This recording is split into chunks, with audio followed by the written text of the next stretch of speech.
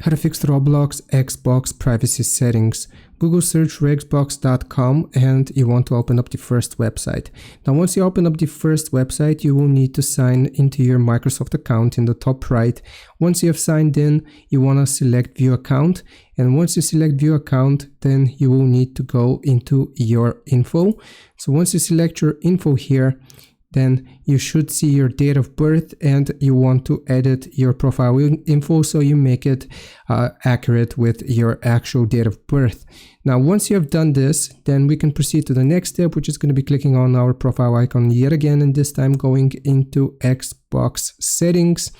Once you select Xbox settings, then you will be taken to the privacy tab. Here make sure you select your account, and if you are the owner of the family on Microsoft, for example, if you have your parent here with you, then you might be under their profile. You will need to sign into their account, or you might have to ask them to sign into their account actually, and then you can change the privacy settings from here. So who can communicate with us, you can set this to everyone, and then you will just click on submit, and as long as your parent approves, then you will have successfully fixed the privacy settings. I hope this helps. Leave a like and sub. I'll see you next time.